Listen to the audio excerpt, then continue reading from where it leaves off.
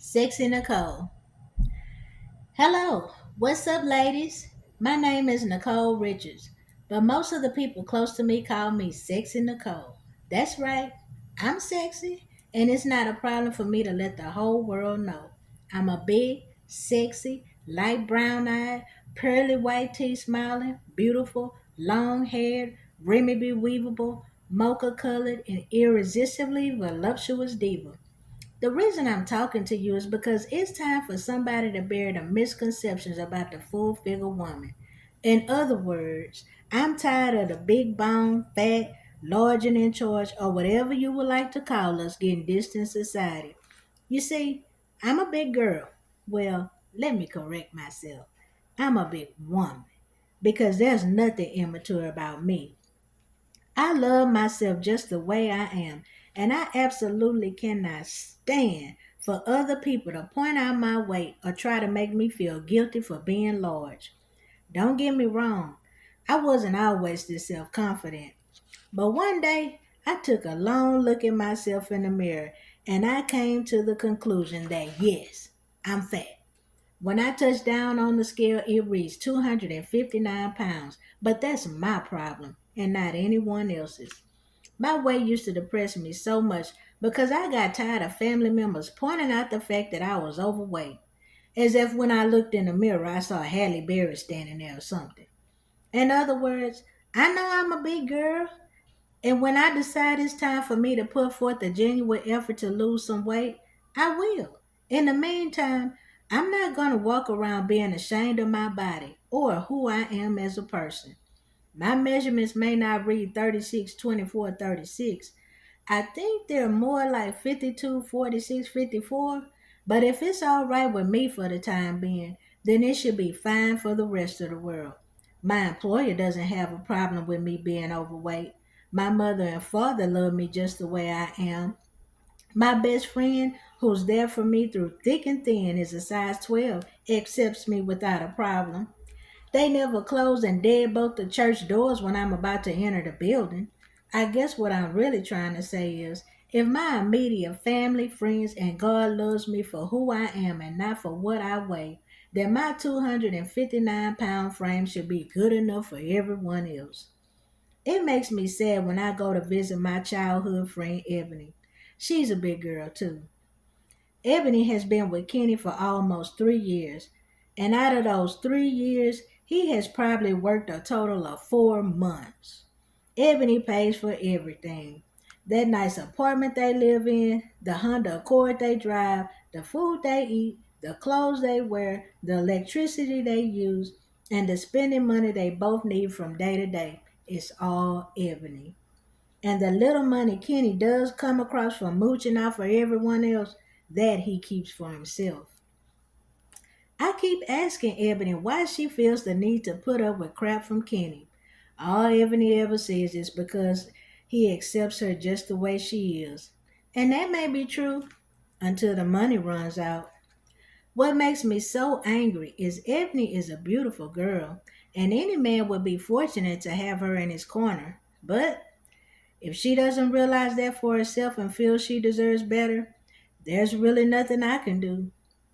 There are a lot of big women who allow men to just talk crazy to them, spend all of their money, push their wheels, and live in their home rent free. I think some plus size ladies truly believe that if their man leaves, they won't be able to get anyone else. Honestly speaking, I know it might be harder for us overweight women to meet decent men, but I believe there's a good somebody for everybody. It hurts me when Ebony lets Kenny play her. Not to mention, on top of everything else, he has the nerve to disrespect her, calling Ebony hippo hips, Miss Piggy, and wide low, when Kenny should be kissing her feet and thanking the good Lord she even gave his broke ass a second look. I also know Kenny's cheating on Ebony. It was my decision not to say anything because she's so weak and blind to the things Kenny does, and me telling her may only turn her against me instead of him. Plus, deep down, a woman knows her man. Don't get me wrong, I had a couple of bad relationships in which men tried to use me because I'm a big woman. After a while, I got tired of being foolish just to say I had someone. At least now, I'm happily single with a nice sized bank account instead of in a relationship that's hurting my pockets plus causing me stress. I was in love once. Sorry to say the fool didn't appreciate me. My ex boyfriend's name is Zeke. At first, Zeke and I got along great. We spent a great deal of time together and met one another's families. Things between the two of us became very serious, except for one problem. When it came time for Zeke to kick it with his boys, the plans never included me. Zeke was ashamed to bring me around his friends because all of them had women that looked like carbon copies of each other. Zeke is in a fraternity, and all of his frat brothers had girlfriends who were very petite, light complexion, and had long hair. Please don't misunderstand. I'm not hating on my petite sisters because I truly believe God created women as beautiful bouquets to come in all sizes, shapes, and colors. The whole situation with Zeke just made me so angry. And for a while, I was disappointed with myself. I was upset with who I was because I couldn't be the woman that Zeke wanted both in public and behind closed doors. It was hard to comprehend that after almost a year of dating me, Zeke was still more concerned about impressing his boys than being glad to have a good woman standing by his side who truly loved him. I got tired of not being good enough to take around his friends, but just right enough to jump in the sack with behind closed doors. I'm not gonna lie. Breaking things off with my ex boyfriend was one of the hardest things I ever had to do. It was an especially difficult situation because I knew Zeke had deep feelings for me, but he was just too concerned about what others thought instead of following his heart. Oh well, at the end of the day, it was Zeke's loss because I'm looking sexier than ever. Not to mention, I just purchased a beautiful 3 bedroom brick home that Zeke could have been living in and helping me pay for instead of still laying his head in that raggedy old rundown garage apartment. God just has a better man and a better plan in store for me. Even now, some men try to see if they could get over, but it doesn't take them long to find out Miss Nicole Ann Richards is not the one to be played. For example, there was this guy I met online who thought he was Mr. Slick. There's this website called Big and Sexy, and it's supposed to cater to men and women whose preference is for the larger companion. Well, to make a long story short, I met this man online named Oliver. I guess Oliver thought I was lonely and desperate for a man because I'm a full figure woman and felt he would reap the benefits of spending time with fat, pathetic me. But the joke turned out to be on him. On the phone, Oliver talked a good game, saying he was a lawyer, had a penthouse on the 10th floor downtown at the corporate plaza, and drove a custom made Lexus Sport Coupe. He also claimed to be recently divorced. Oliver told me his former wife was 289 pounds and that he loved every crack and crevice of her. Anyways, on the phone, it seemed as if the brother had himself together. So I agreed to meet Oliver at this upscale restaurant called The Exquisite Taste. Oliver told me that his car was in the shop, but that he would be more than happy to pick me up in his rental, which was a 2006 Toyota Corolla. Let's just say that was red flag number one because it's 2017. What rental car company is passing out keys to 2006 Toyota Corollas in 2017? I mean, let's be real. I told Oliver not to worry because I would drive my own car and just meet him at the restaurant. We met up around 7 p.m. and had a nice dinner, not to mention very pleasant conversation. Before we ordered, Oliver told me to totally indulge myself and to not dare be shy about ordering because money was no object. Oliver wanted me to pick out on the menu whatever my beautiful heart desired. Well, being a lover of seafood, I ordered the lobster tail with grilled shrimp, which was a $65 plate. Mr. Oliver ordered steak and lobster at $85 a plate. Now, please don't forget, Mr. Big Shot also ordered an expensive Cabernet. and we both had cherry jubilee for dessert. When the waiter brought the tab, it came to $345, not including the gratuity. Now this fool, Mr. Oliver, reaches for his suit pocket to grab his wallet. Oliver puts this puzzled look on his face, then starts to pat his chest and pants pockets, saying, "Oh dear, I'm so embarrassed. I can't believe I've done something so stupid." He looks at me and says, "I really do apologize, Nicole, but I seem to have left all my platinum cards at the house." Next, Oliver said, "When I changed from my Gucci to this alligator wallet, I forgot to transfer my cash and credit cards." Oliver leaned over the table a bit and whispered to me, "Nicole, I'm afraid I will need you to pay for our dinner. If you're willing to accompany me on another day, I will be more than happy to reimburse you, plus treat for the next meal." Now, are you following me, ladies? This fool said reimburse me if we went on another date. Not to please follow him home after we leave the restaurant so he could give me my damn money back.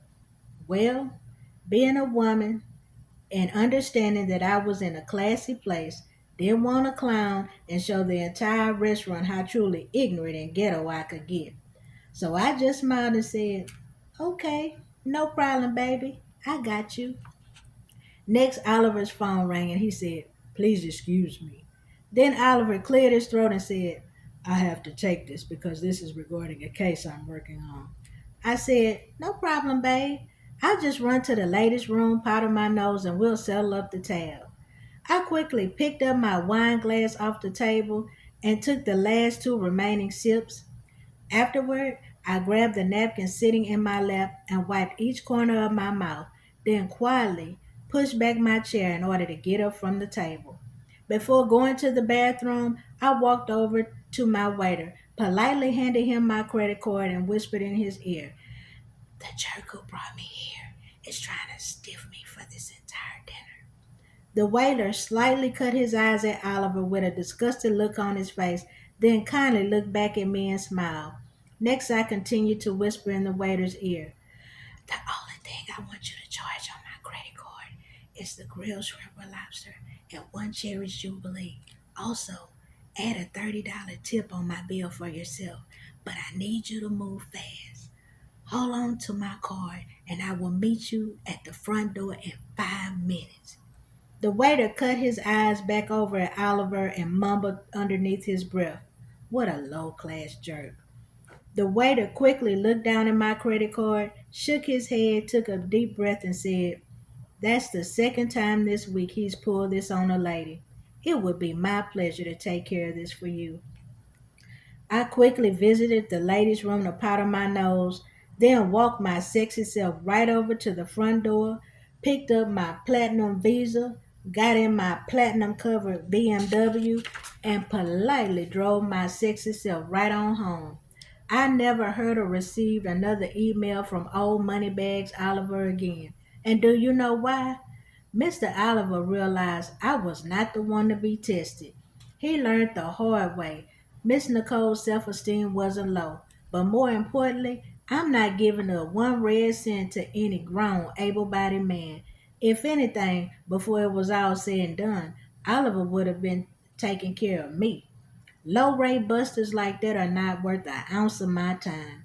I bet old Moneybags Oliver will think twice before he tries to take advantage of the next woman. On a lighter note, I have met a couple of nice men on the big and sexy website. One of them I'm currently dating. The gentleman's name is Jonathan, and he's into me for me. Jonathan and I have been dating for about 2 months, and we spend the majority of our time together. Now, my baby Jonathan knows how to treat a lady. When we go out for a night on the town, Jonathan foots the bill, not Nicole. Jonathan is an engineer, so he's not trying to get in my pockets for anything. Jonathan respects and treats me the way a real man should.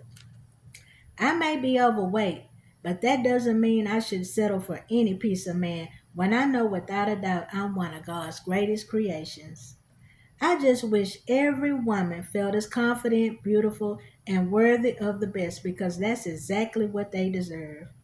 If I could speak to all overweight ladies walking on the face of this earth that feels badly about themselves, I would tell them, you may not be promised tomorrow, so why spend today feeling down about the way you look? Looks won't get you into heaven. Trust me. It's a whole lot of beautiful people busting hell wide open every day. God loves you regardless of whether you're 125 pounds or 325 pounds. If there's something you don't like about yourself, change it. But remember, change takes time. Every person struggles with something, but ours is overeating, so it's easier to spot. We can't hide our flaw, so ignorant people will prey on that in order to make themselves feel better. Just don't let others get you down. And if they do for a minute, don't allow them to keep you down. That's what I had to learn. More than anything, love who you are right now, exactly as you are. Then everything else will fall into place. One thing I am absolutely certain of is people are drawn to the positive. If others know you value who you are exactly the way you are, it will draw the good people to you and weed off the bad ones. Well, ladies, it's been real, but it's about time for me to say hasta la vista. I have a date with my man Jonathan tonight at Exquisite Taste. Who knows? Maybe I'll see Oliver there with one of his potential victims. Then again, maybe I won't. Security probably took Mr. Oliver to jail for his half of the bill that his broke behind couldn't pay. On the other hand, perhaps the restaurant manager decided to show Oliver a little pity and allow him to work in the back washing dishes and mopping floors to work off the tab. Poor Moneybags Oliver. I can't believe he tried to play me. But then again, since I'm a big woman, I can. So many have tried, and every last one of them failed.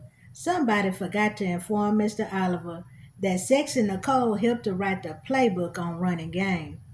Showing Oliver that firsthand was a hell of a lot more fun than simply telling him.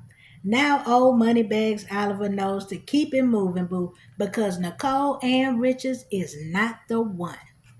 Well, if you listened to the end, thank you very much. I appreciate it. It wasn't a perfect read, but I still hope you enjoyed the story. I really would appreciate your support. Life Through the Eyes of a Woman, as well as Life Through the Eyes of a Woman, too. Both consist of short stories as well as freestyle poetry for adults. What makes my writing style unique is that each story will give you a different read because it covers a different topic. I really would appreciate you all support. They're currently available on AmazonBooks.com. Life Through the Eyes of a Woman is also in Audible format. Please support me. It will enable me to be able to write more books if you buy my books, as well as hopefully one day soon be able to make these short stories into a movie. I hope you enjoyed it. Until we meet again, people, stay up, stay blessed.